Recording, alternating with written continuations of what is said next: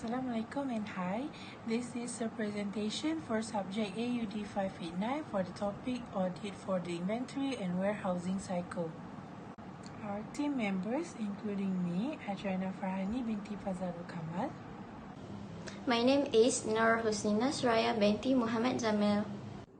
Hi, my name is Aiman Shahirah. Assalamualaikum, my name is AQILAH binti SYAFIQAH. Assalamualaikum, my name is NURFARHANIN AMIRA binti Muhammad NADZRI. Assalamualaikum warahmatullahi wabarakatuh. My name is NURUL binti ARIFFIN SHAH. Hi, my name is AHMAD bin ROSLI. Hi, my name is Muhammad FAKHRULLAH bin ZULKIFLI. Inventory is a unique account. It has close relationship with other transaction cycles such as sales and purchasing. It's complex account and it's time-consuming to audit. For manufacturing and retail company, inventory is the largest account on the balance sheet. Inventory items are often in different locations, making physical control and counting difficult. Diverse inventory items are often different for auditor to observe and value. Valuation is difficult when estimation of inventory and inventory have several acceptable methods. There are 4 classes of transaction for audit for the inventory and warehousing cycle. The first one is bank and cash account to make payments. Second one is creditor account to record the invoice from vendor. The third one is inventory account to record in or out of the inventory. And last but not least, purchase account to record the amount of raw material being purchased. Next, there are 8 assertions: existence, completeness, right and obligation, accuracy, classification, cut-off, detailed tie-in, and realizable value.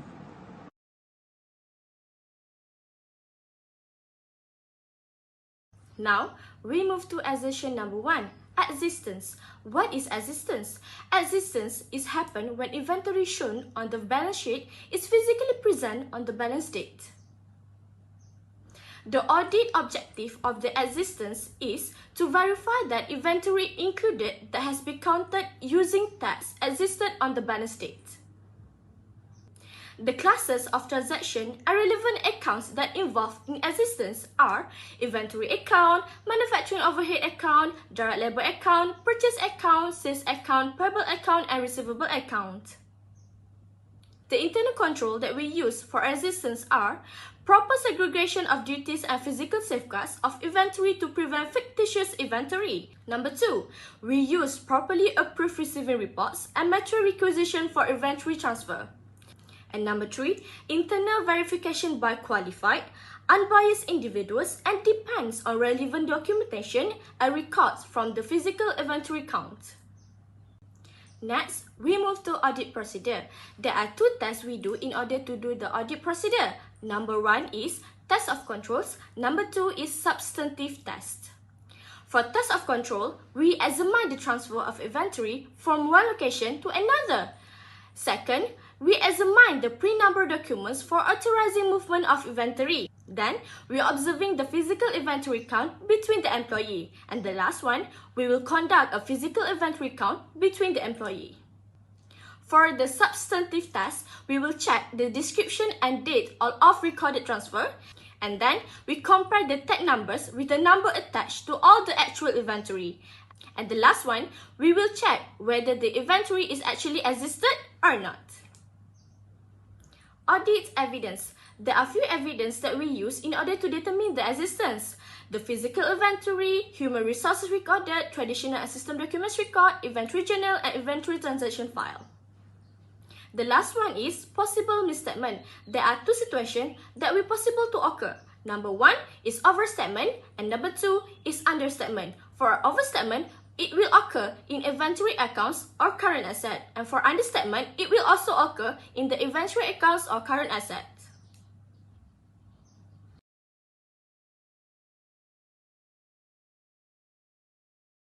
Inventory and warehouse cycle.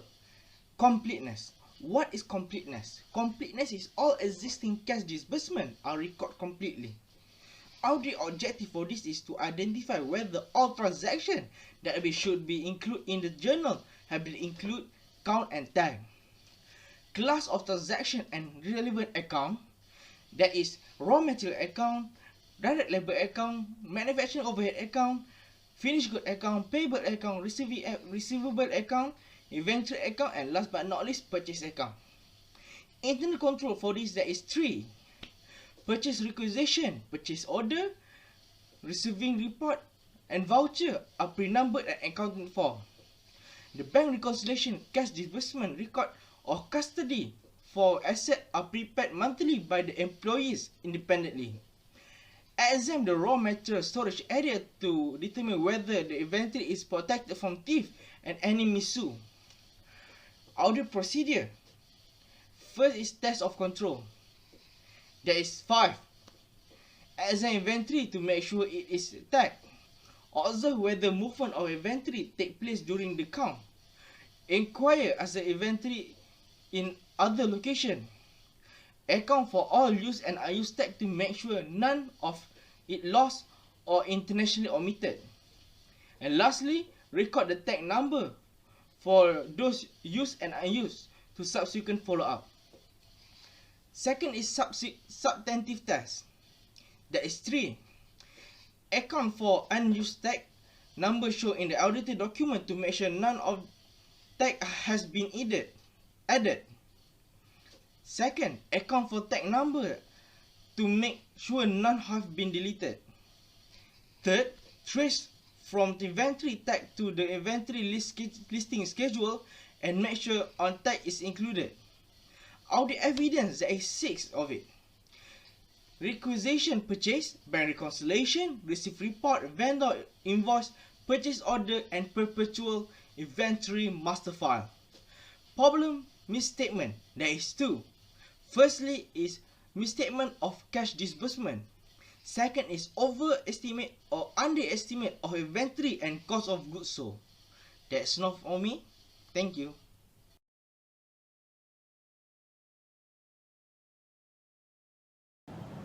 Now, I'm going to explain the assertions for rights and obligations under inventory and warehousing cycle. In the audit of inventory, all the inventory that is mentioned on the financial statements of the company should be under the possession of the company. The company should have a legal entitlement towards these inventory-related items. Next, for audit objective under rights and obligations is to confirm all inventory reported on financial statements as at the reporting date really belongs to the company, and to check inventories reported in the financial statements represent rights and obligations of the client. The client has right to inventory recorded on tax. For classes of transactions and relevant accounts are vendors, invoice, purchase account, payable accounts, requisition account, and costing inventories record. Moreover, under internal control for rights and obligations, recorded inventory is supported by suppliers, invoices, and goods received notes. Next, for test of control under rights and obligations is to check recorded inventory against suppliers' invoices and goods received notes. Besides that, for substantive tests under rights and obligation is to inquire as to consignment or customer inventory included on client's premises, and also be alert for inventory that is set aside for specially marked as indication of non-ownership. Moreover, for audit evidence under rights and obligations have vendors invoice, cost of accounting records, perpetual inventory master files, goods received notes, suppliers invoice, and physical inventory master file. Lastly, under rights and obligations for inventory and warehousing cycle is possible misstatements, overstatement or understatement of inventory and cost of goods sold.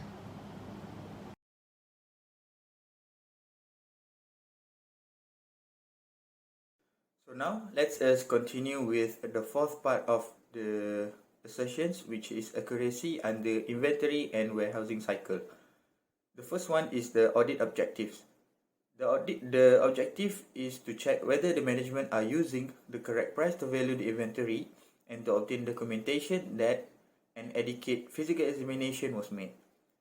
Next, classes of transactions and relevant accounts involved are raw material perpetual to master file account, vendor invoice, manufacturing account, finished good account, and costing inventory records. So for the next part is the internal control. The management must use appropriate method when evaluating in accordance to accounting standards, observes the client counting procedures, making inquiries of client personnel about the counting procedures, apply the method consistently from year to year, which means every year the management have to apply the method consistently. As example, if the management using the FIFO, therefore they must use FIFO from year to year in order for it to be consistent. And last one is consider the cost versus market value. For the next part, which is the test of controls, auditors can use this kind of method to test the internal control of a management. The first one is auditors can evaluate and observe clients' procedures, includes the test counts of the inventory and drawing conclusions. The second one is the auditors can verify the inventory by confirmation with the custodian, and the third one is auditor make an independent reconciliation counts with perpetual inventory master files. As for the substantive test, the auditors will determine the inventory valuation method, and auditors compare physical counts with perpetual master files. And last one is auditors record clients count for any subsequent testing. As for the management assertions, if you can refer to the textbook page 145, the transaction related audit objectives, which is accuracy as what we discussed right now, fall under assertion about evaluation, which means management assertion deal with whether the inventory have been included in the financial statement at appropriate amounts. And for the last part, which is possible misstatements that may occur, the first one is overstatement or understatement of unit costs, which may affect inventory and cost of goods sold. The second one is overstatement or understatement of inventory. And the last one is inventory is inaccurately recorded by the custodian if there was no supervision presented. And for the audit evidence, the auditor can use reconciliations of the documents, perpetual inventory master files, receiving report, and cost of accounting record for the evidence during the audit process.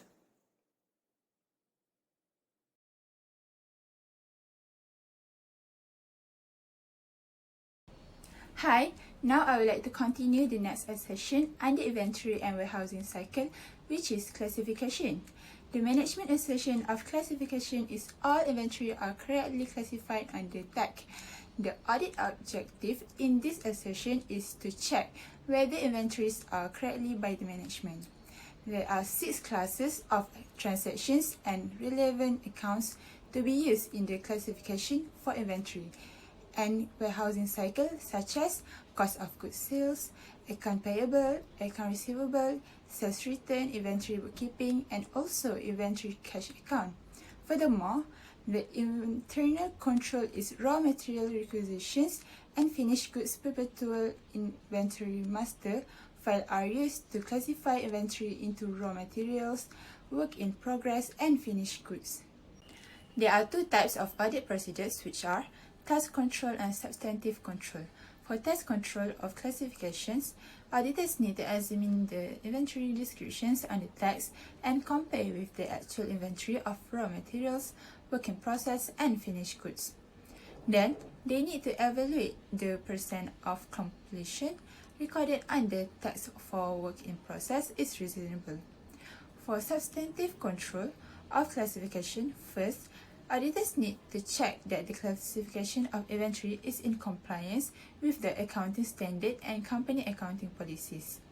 Then, they need to evaluate whether the percent of completion recorded on the tax for work in progress is reasonable. To show the evidence, auditors need to audit inventory journal, inventory transaction file, perpetual inventory master files, and supplier invoice. Last but not least, every audit probably have the possible misstatements. In this case, the possible misstatements for classification are auditors did the misstatement in inventory records and inventory are wrongly classified.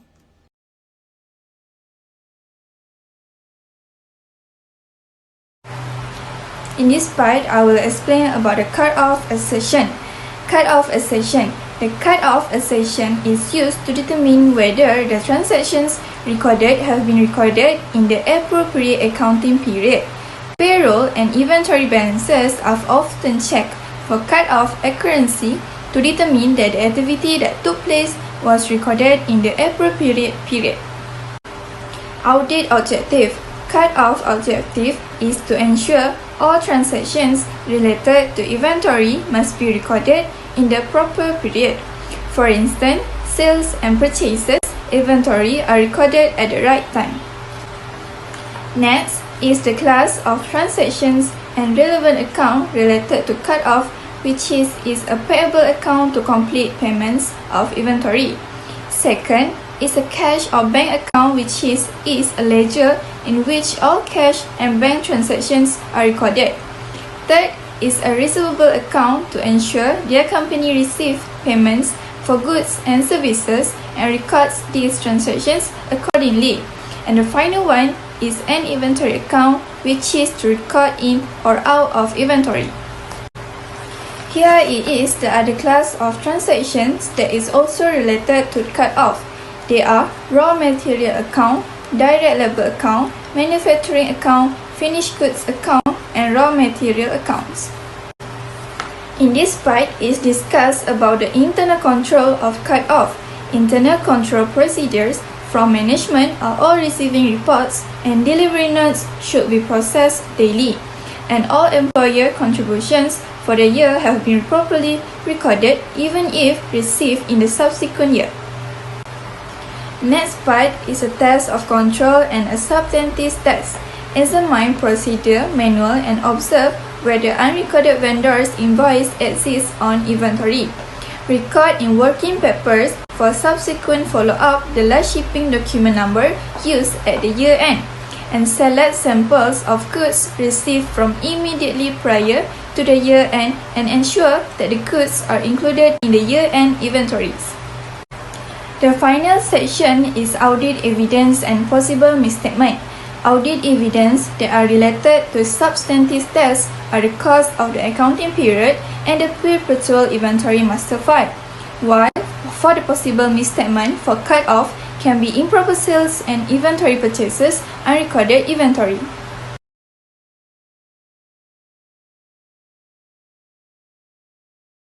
Now, I will explain on the detail tie-in that has in inventory and warehousing cycle.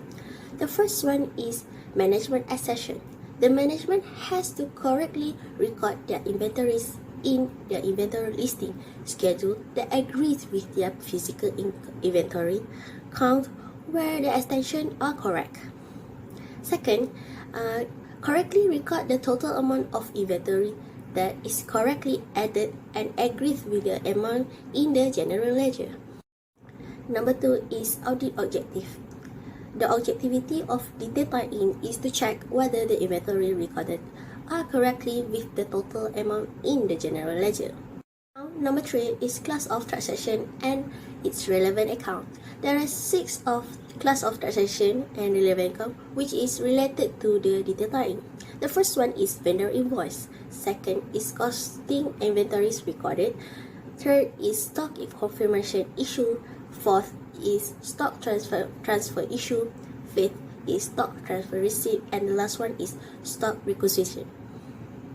Number 4 is internal control. In detail tie-in, the management has to follow the inventory listing schedule for raw material, work in process and finished goods in the account balance that agrees with the total. Besides, it also have to ensure the record of shipment and the receipt that is printed during their physical accounts of their inventory. Number 5 is audit procedure. There is 2 categories for the procedure. The first one is substantive test. It investigates the inventory listing schedule and compare it with the actual in the general ledger to detect error. Second is an audit evidence. It includes physical inventory purchase input, vendor invoice, stock requisition, and lastly, inventory listing schedule. Last but not least, for the detail tie-in is number 6, possible misstatement.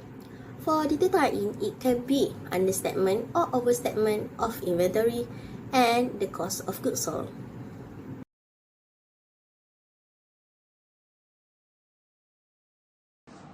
Inventory and warehousing cycle for realizable value. The definition for realizable value is obsolete and unusable inventory items are excluded. The audit objective is to check whether there are inventories items that are obsolete and unusable. Next, the class of transaction and relevant account is requisition document and account payable. For internal control, inventory management personnel review inventory for obsolete, slow-moving, or excess quantities. Periodic or annual comparison of goods on hand with perpetual inventory record. Tests of control for realizable value are tests for obsolete inventory by inquiry the factory employees and management. Next, discuss with management and test procedures for identifying obsolete slow-moving items. Review inventory items. It must be presented at fair value in the financial statement. For substantive tests, during the inventory count, identify the quantity of the damaged goods. Alertness if items that are damaged, must or dust covered, or located in inappropriate places. The audit evidence are raw materials, perpetual inventory master file, cost accounting records, and physical inventory. Last but not least, the possible misstatement is misstatement of recording the obsolete and unusable inventory items.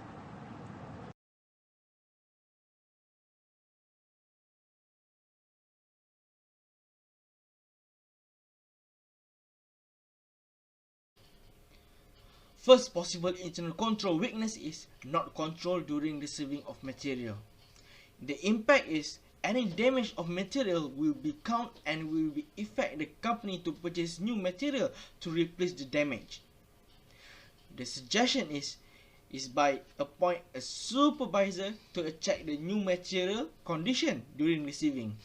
Next, number 2, on the possible internal control weakness, we found out that the new material are not big tech. So the impact of weakness to the company is there's error in calculate total inventory at the end of reporting period. So the suggestion to rectify the weakness is to hire someone to ensure all the new materials have been received and tagged and always make a stock count. For the third one, the possible internal control weaknesses is the material purchase approved by non-quality person.